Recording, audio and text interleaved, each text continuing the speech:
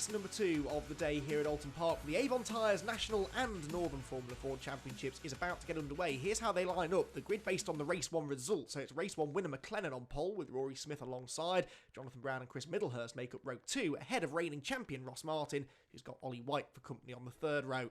Then it's Jamie Sharp ahead of David MacArthur on row 4. Row 5 for Bryce Aaron and Grant Palmer ahead of Adrian Campfield, one to watch I suspect, with Alex Walker rounding out the top dozen.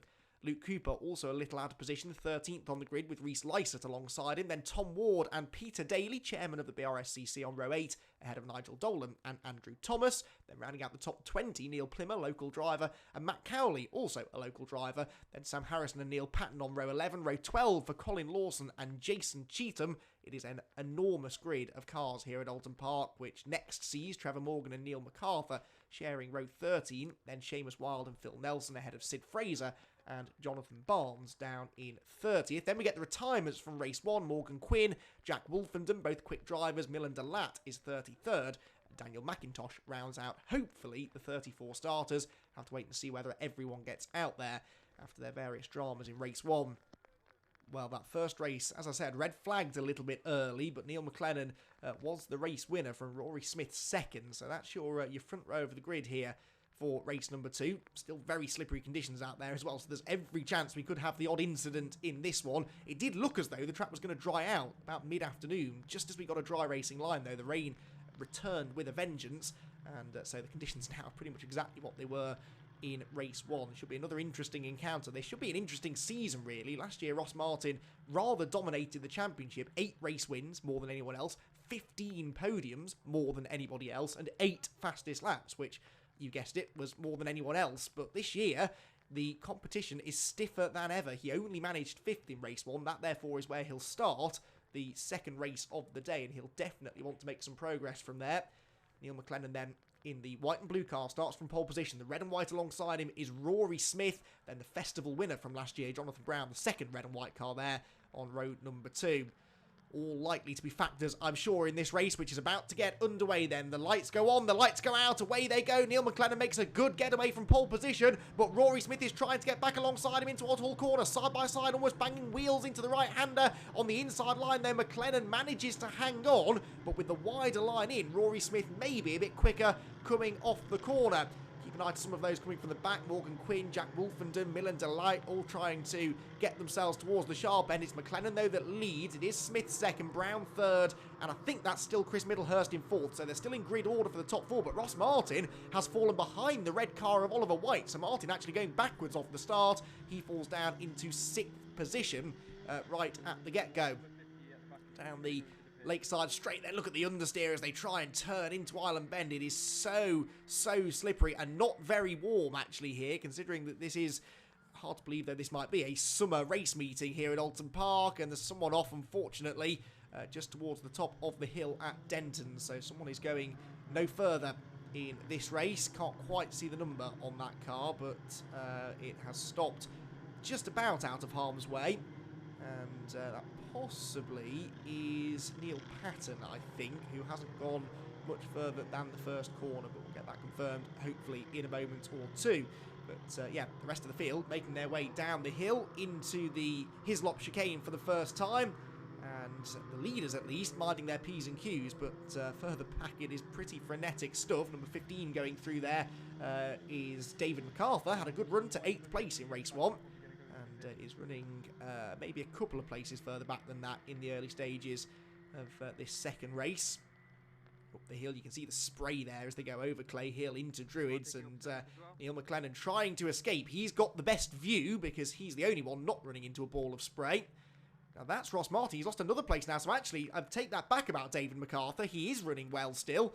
In fact, he's running in 7th place. It's Ross Martin that's gone down the order a bit, and in fact goes around the outside of Oliver White there. So David MacArthur is flying. There is Ross Martin, the white, blue and yellow car with the number 1, losing another place now. And I think that was Bryce Aaron going through in the Low Dempsey racing car number 23. So a disastrous start this for Ross Martin, who's got it all to do, and not a huge amount of time, of course, to get it done in. These National Formula Ford Championship races are not the longest, and so he's going to really struggle, I think, to get forward from there. There's another car off. Look at the top of the hill. Side by side, Bryce Aaron, I think this is, and Ollie White. And Aaron goes round the outside through Cascades. That's where the grip is through the wet conditions, where the rubber has not been laid down. And I think Ross Martin took advantage of that, actually. And just as I was saying the grip was on the inside, he managed to find some on the... Oh, sorry, I was saying the grip was on the outside. He found some grip on the inside and managed to slither through. So there is Ollie White, number 94. Behind him is number 89, Jamie Sharp. So they're the two red cars doing battle. And White just drifting a bit higher up the track than he'd have liked. And then Adrian Campfield, I reckon that is behind in the Oldfield car. You can see how close the competition is out there, and that really does make it tricky in these conditions. We're used to seeing this kind of racing from the National Formula 4 Championship, well, all sorts of Formula 4 1600 championships, but in these wet conditions it is tricky just because you cannot see. The closer you get to the car in front, the worse the visibility gets. Not much grip there either, it would seem, for Rory Smith, who was trying to get alongside Neil McLennan going out of Hislops and into Knickerbrook, which is quite a brave move to make, but you do see it work quite often, especially in the wet, actually. If the car in front has a bit of a moment, but in the early stages of the race at least, it maybe wasn't worth taking the risk there for Rory Smith, who settles back in second place. Jonathan Brown and Chris Middlehurst very much going with these two, so a four-car breakaway at the front of the field as we come out of Druids for the second time down towards Lodge Corner. And this is arguably the best overtaking opportunity on the circuit, but there's no way through on the inside there. Then it is David MacArthur up into 5th now. He's flying. Bryce Aaron 6th, and Ross Martin there in 7th position now. Is that still Ollie White behind him? Not quite sure. Meanwhile, for the race lead, it's very, very close indeed. And Rory Smith sees a gap on the inside there into Old Hall Corner. Couldn't get through. Slithers a bit wide through the right-hander as well. Those curbs are lethal in the wet, and they're getting quite brave with them already here in the early stages. That was a bit of a mistake there, though, for Rory Smith. Look, he ran too wide onto the curb, got sideways, and oh, that's a mistake as well now for Jonathan Brown. Brown runs out wide and hands a podium place on a platter there to Chris Middlehurst, who did not need a second invitation. So that was all started, I think, by a little mistake from McLennan at Lodge. That bunched them all together, and then as Rory Smith tried to pass him at Old Hall Corner, he didn't make it stick, lost momentum coming off the turn, and that brought Jonathan Brown into play. And in the end, as is so often the case, it was the driver at the back of the queue who actually ended up benefiting, because that was the one car that could go offline without having to worry about losing places. Oh, a car off in the background, that might have been Campfield, but we've had some changes here, haven't we? Look, because down from 5th to possibly 8th place, yes, goes David MacArthur. So David, we've been charting his progress in the early stages, getting to the front of that next group, but that progress has slightly gone the wrong way now. He must have made a mistake somewhere. So Bryce Aaron gets the second of the Low Dempsey Racing cars into the top 5 now, but he goes wide and goes straight on down at the chicane, and that could allow Ross Martin back through. So it's been a real game of snakes and ladders here in the middle of the top 10 as drivers gain places and then lose them, and Ross Martin runs wide coming out of Knickerbrook as well. So actually, after all of that, Bryce Aaron emerges from the escape road further ahead of Ross Martin than he was when he went into the chicane, so that may not go down terribly well. But, well, Ross Martin at least is starting to make forward progress again, but I'm sure he would much rather be in this gaggle of cars fighting for the top 4 positions. They head into Lodge Corner then. You can see the gap back to Bryce Aaron in 5th, and now side by side for 6th position, as Ross Martin is coming under attack from the number 89 car around the outside of Jamie Sharp, and Jamie Sharp was always going to end up out on the curbs there, because Ross Martin is under no obligation to leave him room coming off the corner. It is the right of the car on the inside line to take its natural racing line coming off the corner. The fact that there's another car on the outside is kind of irrelevant, really. So David MacArthur closes back in again. Good to see Jamie Sharp back again this year. They're one of a couple of drivers, actually, on the grid this year who have raced at Formula 4 or even Formula 3 level, both nationally and internationally. Again, as I was saying earlier in the day, it goes to show that Formula Ford racing, especially this top-tier national championship, is once again a really viable step on the single-seater racing ladder. It teaches you everything you need to know about racing. It teaches you about mechanical grip over aerodynamics. The cars don't have wings, of course, so they move around an awful lot. That teaches you car control, especially in these conditions. And the racecraft that you experience in Formula Ford racing too is invaluable, really. Drivers that make it right the way up to Formula 1 will tell you that if they started their career in Formula Ford, as many of them did, it is the racecraft that they learnt back in those early days that they can use to win world championships later on in their career. It really is that important. So dropping down the hill then, MacArthur just slipping back a bit here now. And that's another one of the Low Dempsey Racing cars behind him. Grant Palmer in the Ray. And is that Matt Cowley? Yes, it is. Matt Cowley right behind. Now, Matt Cowley, that yellow and black 177 car, started 20th after an off in race 1. He's already now on the fringes, or possibly just inside of the top 10. This has been a really good drive from Matt Cowley. And Matt, who has years of experience racing here at Oulton Park, he, I'm sure, has seen the odd wet race here at Oulton too, so he's using that to his advantage. But will be a little disappointed, I'd imagine, that race 1 went so badly, because he's clearly got the pace to be fighting for top 5s. Speaking of which, here are the top, well, 4 cars in the race, still in the same order then. McLennan from Smith, from Middlehurst, from Jonathan Brown. Brown, I think, is just slowly regaining touch with the leaders, but it is slow going as we head towards the half-race distance now. Doesn't look like Middlehurst quite has the pace of the top 2, though, does it? So this could turn into a 2-horse race between McLennan and Rory Smith. But, of course, as soon as they start battling, the others will get right back to them again anyway. So it's not really likely that we're going to see anyone run away with this. Head back out of sight then, down the Lakeside Straight. You can see the gap there that they've pulled now to the 5th place group. Wide line taken by McLennan through Island Bend, but that you can get away with even in the dry, because the next corner is this tight right-hander at Shell, but McLennan runs a bit wide, and is that Rory Smith's chance to get up the inside? He tried it, didn't quite work, and yeah, exactly as I suspected, as soon as one of them starts defending or attacking the other, so the cars behind close in. There's a car off there, look, going through Britain's, bit of debris on the road as well. You saw a couple of the drivers sticking their hands out of the cockpit just to let those behind know. Colin Lawson, I think, is the one that's gone missing on this lap, so that might be his car that's stuck at the chicane. Yellow flags there, but green flags once again waving down into the chicane where... Oh, I was about to say Rory Smith took a slightly wide line into the chicane. I think what actually happened is McLennan turned in too early. He leapt over the curb. That can do a lot of damage not only to your car, but to your back as well. It's not a particularly comfortable ride in these cars. There is the car, I think that is Colin Lawson, that's gone off, maybe, rather than pulled off, given the fact that there is that bit of bodywork on the road. Hopefully that won't require a safety car. There is a possibility, I guess, because could deem that to be a dangerous position. The general rule is that if one car can go off in that spot, then there's nothing stopping another one doing it. But, the car's almost spinning in a straight line there. Look at the way McLennan is really pushing now. The body language of that car has changed over the last lap or so, from looking reasonably comfortable out in front to now really being given a workover by Rory Smith in 2nd place. Across the line they go, back onto another lap.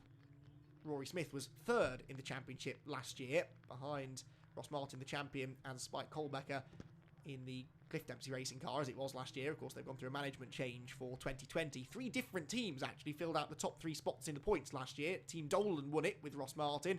Cliff Dempsey, as I said, was 2nd, and Rory Smith running for BM Racing in the Medina. 3 different makes of car too, Van Diemen, Ray and Medina. It shows how wide open this championship is, and it's really nice to see a bit more variety out on track in the championship.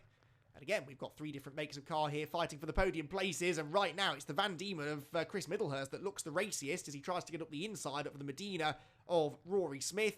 But it is the Spectrum of Neil McLennan who leads the way. McLennan didn't do a full campaign last year, but he still came home 6th in the championship. So Neil, there's never been any doubting his pace, but it would be nice to see him put together another full season championship campaign. Long-time front runner in the Formula Ford circles here in the UK. McLennan then leads them back down through the chicane. They're all back together again now as well, because Jonathan Brown, who was 5th in the championship last year, is right back with them again now.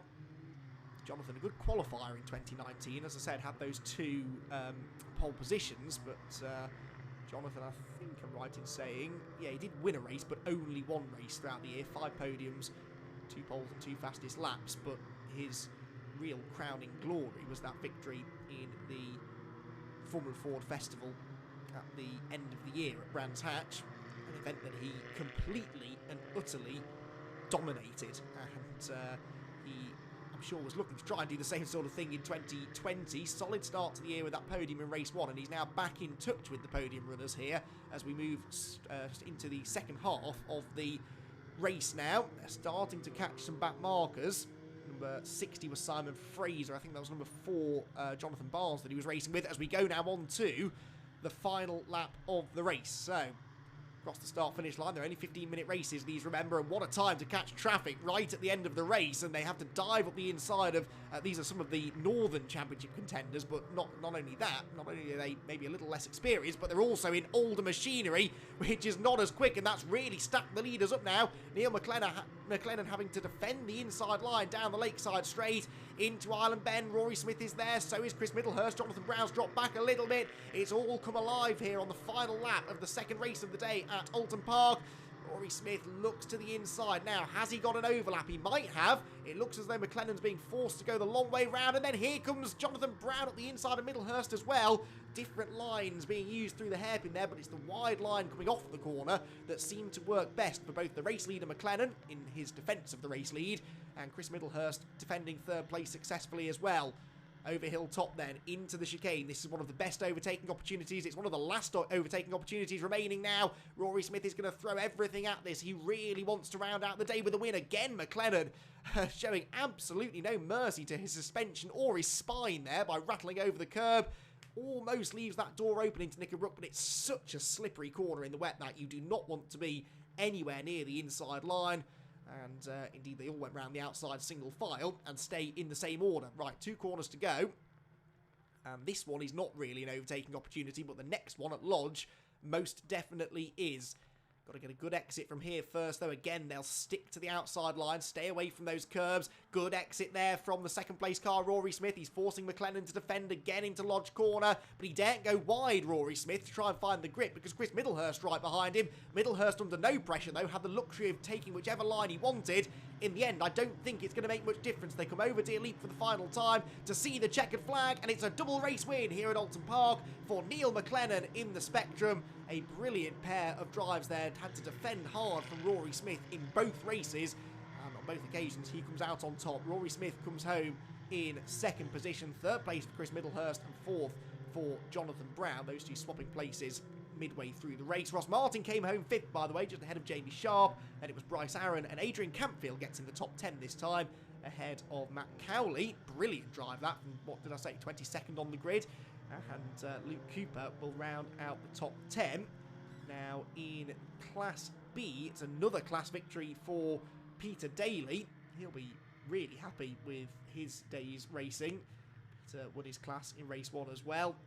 Always really enthusiastic is Peter Daly whenever you talk to him about his Formula Ford racing exploits, and he'll be happy with that one. Looking at the Classic A cars, yeah, Neil Plimmer, the long-time Fun Cup campaigner, is the class winner there again. He's 16th overall. This is Neil's local track. He was originally a Formula Ford star before moving over to the One Make Endurance Championship, which he still competes in at a high level to this day. The other class winner, Class D, was Jason Cheetham down in 20th place, so didn't get much chance to check in with them because it was so tight at the front. The top 3 cars covered by under 7/10 at the flag, which is so often the case in Formula Ford 1600 racing. McLennan managed to hang on. Fastest lap of the race, though, went to, I think I'm right in saying, Adrian Campfield. 2 minutes 4.668 was about a 10th quicker than the race leader managed. I think Adrian will be a factor as we get into the rest of the season. Someone who's raced at a pretty high level over in Europe, making a return now to Formula Ford racing. It will naturally take him the first couple of races just to get back into the swing of things, especially in these tricky conditions. But next time out, don't be surprised to see Adrian Campfield up there towards the front of the field. He's been doing a lot of sim racing over the lockdown period as well. It is a grid that's absolutely stacked with talent, and that is exactly what we wanted to see from the Avon Tyres National and Northern Formula Ford Championships this year. Last cars come across the line there, the last car on the lead lap at least, which was Jonathan Barnes actually. He stayed on the lead lap just about. So Simon Fraser and Seamus Wilde were actually the 2 cars that went 1 lap down. Well, now everyone's finished, we can go through the result. It was another win for McLennan, ahead of Smith and Middlehurst also on the podium. Jonathan Brown 4th, and Ross Martin another 5th, but I think he'll be a bit disappointed with that. Jamie Sharp was 6th, ahead of Bryce Aaron in 7th. A good day for the Low Dempsey Racing squad. And Adrian Campfield, as I said, in the Spectrum, gets into the top 8. You can see there the variety: Spectrum, Medina, Van Diemen, Ray. Lots of 4 different makes of car there represented in the top 4 positions alone. Fantastic. So that is the first round of the championship done, and after the first 2 races, it's obviously going to be Neil McLennan who leads the points, but with Rory Smith second, will that be the championship battle that we watch as the season goes on, I wonder? Well, the Formula Fords will be back on the TCR package later this year, so we'll get another opportunity then to check in on how the point situation is working out, but I think it's going to be, it's pretty wide open this year. Here at Oulton Park, track position is key, especially in these conditions, so I think qualifying for McLennan and Smith really helped them, but when we get to some of the more open and high-speed sort of slipstreamy tracks later this year, we're going to see a lot more drivers, I think, getting in contention for the wins. Some highlights here then of the race. Pretty filthy conditions all round. It was the top 4 battling all the way through. The one mistake did come from Jonathan Brown at Cascade, cost him 3rd place. Then his teammate Bryce Aaron made a mistake down at the chicane and went straight through, but actually, after a bit of a mistake for Ross Martin, as he ran wide, Bryce was able to come out even further ahead. On the final lap, traffic bunched the leaders back up together, but despite everything Rory Smith threw at Neil McLennan, there was no way past the Scottish driver. Ross Martin there getting sideways out of the final corner as well. Chris Middlehurst, excuse me, as he tried to get it into 2nd place. But in the end, it was a double race victory for Neil McLennan here at Oulton Park. Rory Smith, 2 second places, and Chris Middlehurst gets his first podium of the season in only round 2. And again, another driver I think that could be a serious dark horse for the championship. Well, it's been a fantastic pair of races here for the Avon Tyres National and Northern Formula 4 Championships. So good to see such a packed grid of cars. We're already looking forward to more action next time out.